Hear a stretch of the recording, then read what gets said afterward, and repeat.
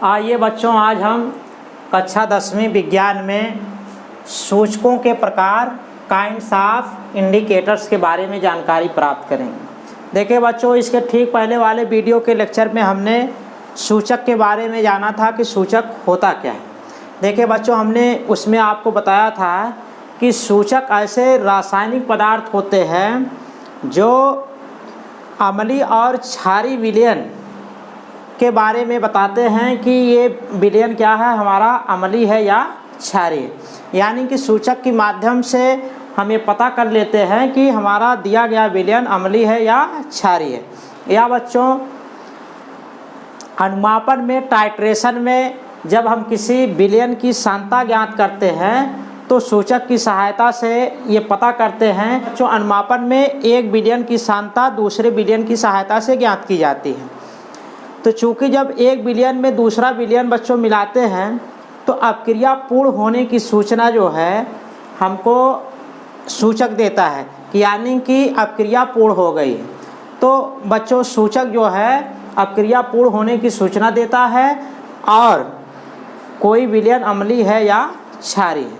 तो सूचक की सहायता से हम पहचान जाते हैं कि विलयन अम्लीय है या क्षारीय और अपक्रिया पूर्ण हुई कि नहीं हुई है।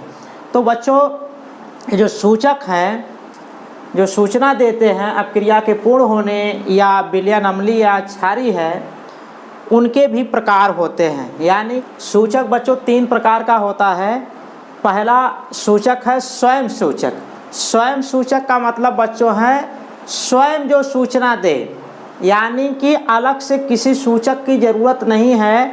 अनुमापन में बच्चों जब हम 2 विलयन लेते हैं, उस 2 विलयन में एक विलयन की सहायता से दूसरे विलयन की सांद्रता ज्ञात करते हैं। अगर उसी विलयन में एक विलयन सूचक का काम करे तो उसको बोलते हैं स्वयं सूचक। यानी कि विलयन ही क्या है, सूचक का काम कर दे तो हमारा क्या हो जाता है, स्वयं सूचक। और दूसरा बच्चों होता है आंतरिक सूचक। आंतरिक का मतलब बच्चों होता है इंटरनल, यानी कि अंदर।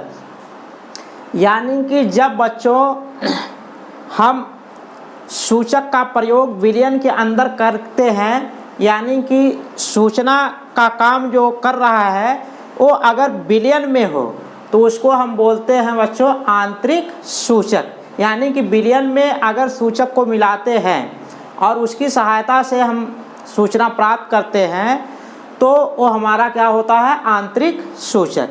और तीसरा जो बच्चों होता है बाह्य सूचक। यानी कि ऐसे इंडिकेटर जो बिना विलयन में मिलाए हम उसका उपयोग करते हैं, यानी कि उसकी सहायता से सूचना प्राप्त करते हैं, जानकारी प्राप्त करते हैं, ऐसे सूचक को बाह्य सूचक कहेंगे। यानी कि बाह्य सूचक को बच्चों विलयन में, यानी कि विलयन के अंदर नहीं मिलाया जाता है। तो इस प्रकार बच्चों जो सूचक हैं 3 प्रकार के हैं। कौन कौन सा सूचक है? एक है स्वयं सूचक। स्वयं सूचक का मतलब होता है सेल्फ इंडिकेटर।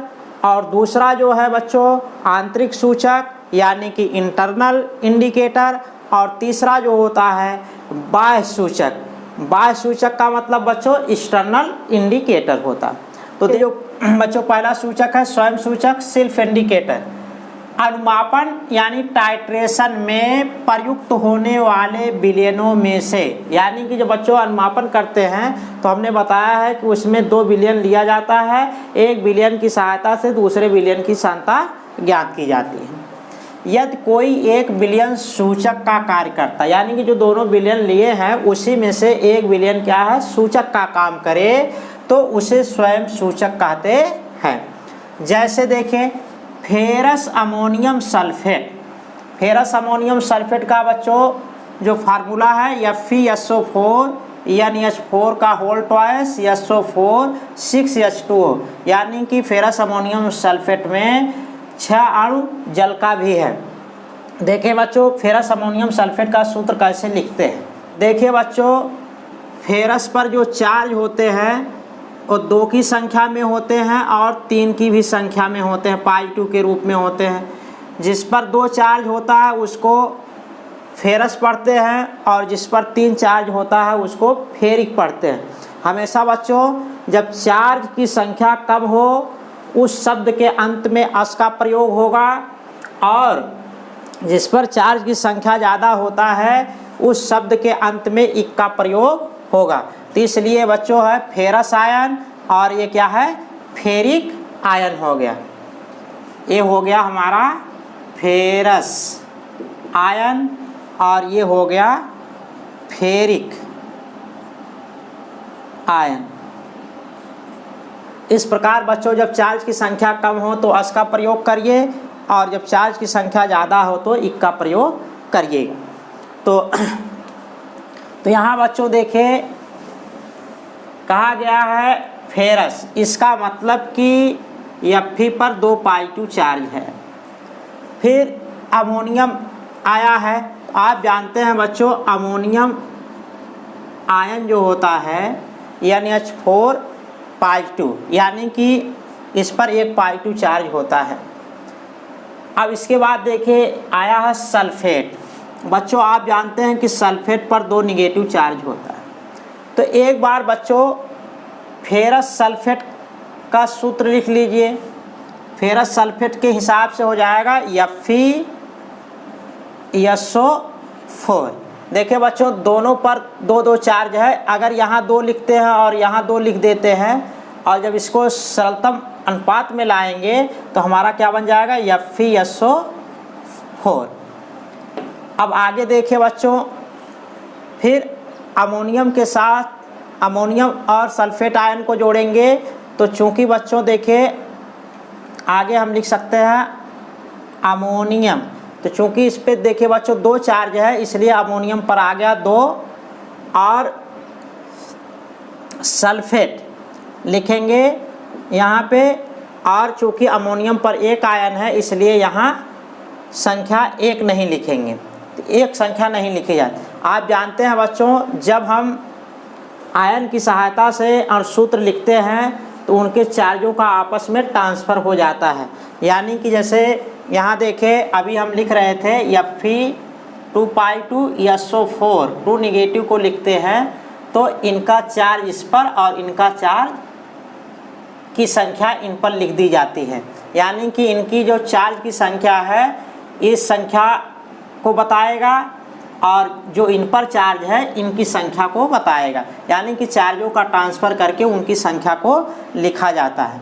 जैसे मान लीजिए हम एक दूसरा उदाहरण ले लें, कैल्शियम पर 2 पॉजिटिव चार्ज होता है और क्लोरीन पर 1 निगेटिव चार्ज। अब देखिए बच्चों कैल्शियम चूँकि इस पर चार्ज 1 है इसलिए कैल्शियम की संख्या 1 लिखेंगे, और फिर Cl और इस पे चार्ज की संख्या 2 है इसलिए क्लोरीन की संख्या 2 हो जाएगी, कैल्शियम क्लोराइड। तो इस प्रकार बच्चों हम फेरस अमोनियम सल्फेट का सूत्र लिख सकते हैं चार्ज को ट्रांसफ़र करके।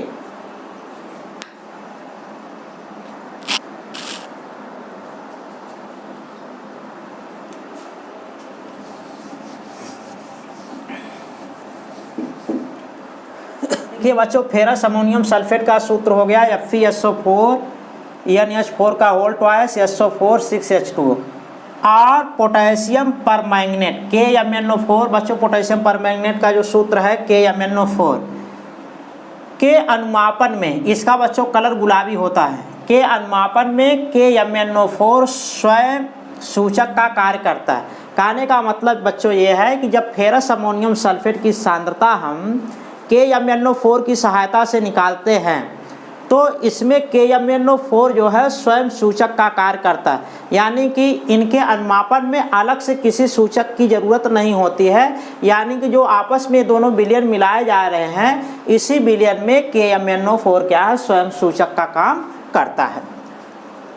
दूसरा बच्चों है आंतरिक सूचक, आंतरिक इंटरनल इंडिकेटर। यानी कि जब विलयन में हम सूचक को मिलाएंगे तो वही हमारा सूचक क्या हो जाएगा, आंतरिक सूचक।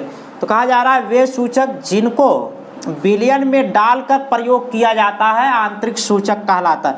यानी कि ऐसे सूचक जिसको विलयन में हम डालकर प्रयोग करेंगे तो वही हमारे क्या होंगे, आंतरिक सूचक होंगे।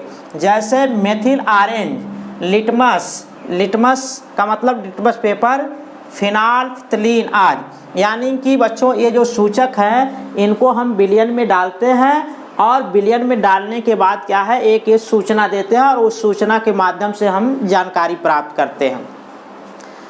और तीसरा बच्चों है बाह्य सूचक, एक्सटर्नल इंडिकेटर, यानी कि ऐसे सूचक जो बिना विलयन में मिलाए हम प्रयोग करते हैं उसको कहते हैं बाह्य सूचक, यानी कि इनका प्रयोग अंदर नहीं होता है विलयन में, विलयन से बाहर होता है। वे सूचक जिनको विलयन में नहीं मिलाते हैं बाह्य सूचक कहलाते हैं। जैसे potassium dichromate, potassium dichromate K2Cr2O7 इसका बच्चों सूत्र होता है। और अमोनियम सल्फेट के अनुमापन में, यानी कि जब बच्चों हम पोटेशियम डाइक्रोमेट और अमोनियम सल्फेट का अनुमापन करेंगे तो उसमें देखिए पोटेशियम फेरीसाइनाइड K3FeCN6 बाह्य सूचक का कार्य करता है, यानी कि इनके अनुमापन में हम पोटेशियम फेरीसाइनाइड को विलयन में नहीं मिलाएंगे। तो यहाँ हमारा पोटेशियम फेरीसाइनाइड बच्चों क्या है, बाह्य सूचक हो गया। यहाँ देखिए बच्चों ये जो लिखा गया है सूत्र पोटेशियम फेरीसाइनाइड, तो देखिए बच्चों अभी हमने बताया था कि Fe पर 2π2 चार्ज हो सकता है और Fe पर 3π2 चार्ज हो सकता है। तो बच्चों ये देखिए जब बड़े कोष्टक में कहीं भी लिखा जाए, ये आयन होते हैं जो बड़े कोष्टक में लिखे गए हैं, एक आयन ये है और एक आयन, इसको साधारण आयन बोलते हैं, और जो बड़े कोष्टक में होता है उसको कॉम्प्लेक्स आयन यानी कि जटिल आयन इसको बोलते हैं। तो बच्चों जब जटिल आयन और साधारण आयन की सहायता से बनता है तो इसको जटिल कंपाउंड यानी कि कॉम्प्लेक्स कंपाउंड बोलते हैं। तो ये हमारा बच्चों कॉम्प्लेक्स कंपाउंड है। तो बच्चों देखिए कॉम्प्लेक्स कंपाउंड में जो है इसको यहाँ पर जो लिखा जाता है ये क्या है, डी ब्लॉक का कोई तत्व होता है, इसको सेंट्रल आयन बोलते हैं, केंद्रीय आयन बोलते हैं। तो यहाँ देखिए हमारा केंद्रीय आयन जो है बच्चों, एक चीज़ यहाँ से पढ़ेंगे, देखिए ये फेरी लिखा गया है, एक होता है फेरी और एक होता है फेरो, फेरो फेरी। तो बच्चों जब देखिए Fe पर चार्ज, जटिल आयंस में ये शब्द प्रयोग होंगे जब जटिल कंपाउंड होगा। जब बच्चों 2 चार्ज होता है तो फेरो शब्द का प्रयोग करेंगे, और जब 3 चार्ज होता है तो फेरी शब्द का प्रयोग करते हैं। तो अब इसका मतलब फेरी शब्द का प्रयोग हुआ है, इसलिए बच्चों यहाँ Fe पर कितना चार्ज हो गया, 3 चार्ज। और यहाँ देखिए जो ये क्या है, साइनाइड आयन है। हम जानते हैं बच्चों साइनाइड आयन पर 1 नेगेटिव चार्ज होता है। तो अब बच्चों देखिए अगर हम Cn की संख्या 6 ले लेंगे तो नेगेटिव चार्ज कितने बन जाएंगे, 6 बन जाएंगे। 3 नेगेटिव चार्ज 3π2 चार्ज को क्या कर देंगे, उदासीन कर देंगे, तो हमारे पास बचेगा FeCN6 और इस पे जो टोटल चार्ज मिलेगा, क्योंकि इस पर 3 चार्ज है और जब Cn 6 आ जाएगा तो 6 नेगेटिव चार्ज हो जाएगा, 3 नेगेटिव चार्ज हमारा बच जाएगा ये। अब इसके बाद देखिए जो साधारण आयन है हमारा क्या है, पोटेशियम है। हम जानते हैं पोटेशियम पर कितना चार्ज होता है, 1 पॉजिटिव चार्ज होता है। तो अभी हमने बताया है कि बच्चों जब आयन की सहायता से यौगिक लिखते हैं, यौगिक बनाते हैं और सूत्र बनाते हैं तो चार्ज की संख्या ट्रांसफ़र करके उनकी संख्या को निर्धारित करते हैं।